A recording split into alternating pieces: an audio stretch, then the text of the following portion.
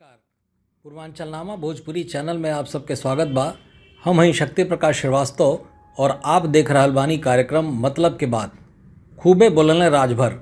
राजनीति में रुचि रखे वाला शायदे केहू होई उत्तर प्रदेश में जो ओम प्रकाश राजभर के नाही जानत हुई। उहे राजभर जमन सुहेल देव भारतीय समाज पार्टी के मुखिया हमें और ये अपने ऊट पटांग बोलला के चक्कर में हमेशा चर्चा में बनल रहन। चर्चा में रहे खातिर ही कुछू कर सकन, केहू के गरिया सकन तो केहू से बतिया सकन। यही ढेर बोलला के चलते उनकर उत्तर प्रदेश सरकार के मंत्री पद एक बार गई रहे और ये गठबंधन से भी बाहर हो गई रहने। बाहर भइले के बाद इनकर हाल फुफकारत नागिन लेखा हो गई रहे। सियासी गलियारा में इनकरे बोलले बाती के लेके पंच खूब मजा लेला। वही जुनी भाजपा के साथे साथे मुख्यमंत्री योगी आदित्यनाथ के खूब पानी पी पी के गरियवने।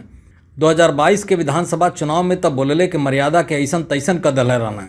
योगी जी के जब नहीं तब मंदिर भेजे के बात करें, कहें कि ई जाए मंदिर में अपन पूजा पाठ करें।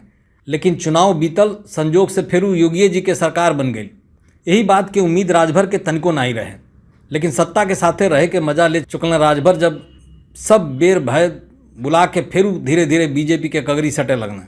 वही बिच्चे राष्ट्रपति के चुनाव आ गई। भावा मौका ताड़ी के पाला में फिर चली आई आ एनडीए गठबंधन के फिर से हिस्सा बन गई।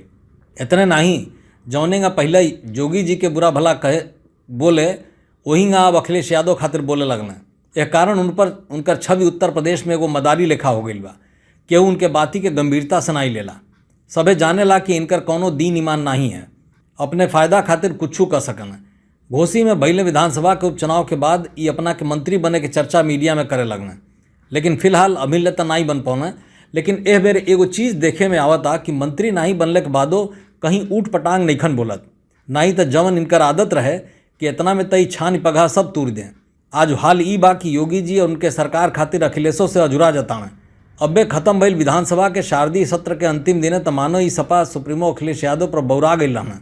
कहले कि अखिलेश जी बड़ा पीडीए चिल्लात बाने।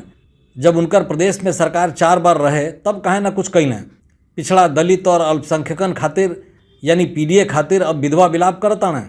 सरकार में रहत भर में तो इनके चिंता नहीं भइल और तब नहीं जातीय जनगणना के होश रहे। हम जब सपा में गई रहनी तब हमरे चलते एकर मामला उठावल शुरू कईने।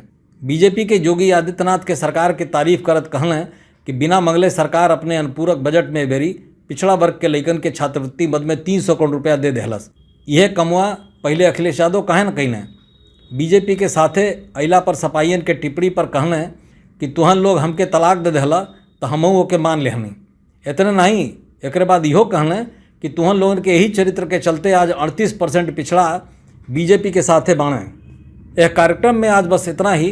फिर मुलाकात हुई यही कार्यक्रम में यही समय। तब तक खातिर नमस्कार।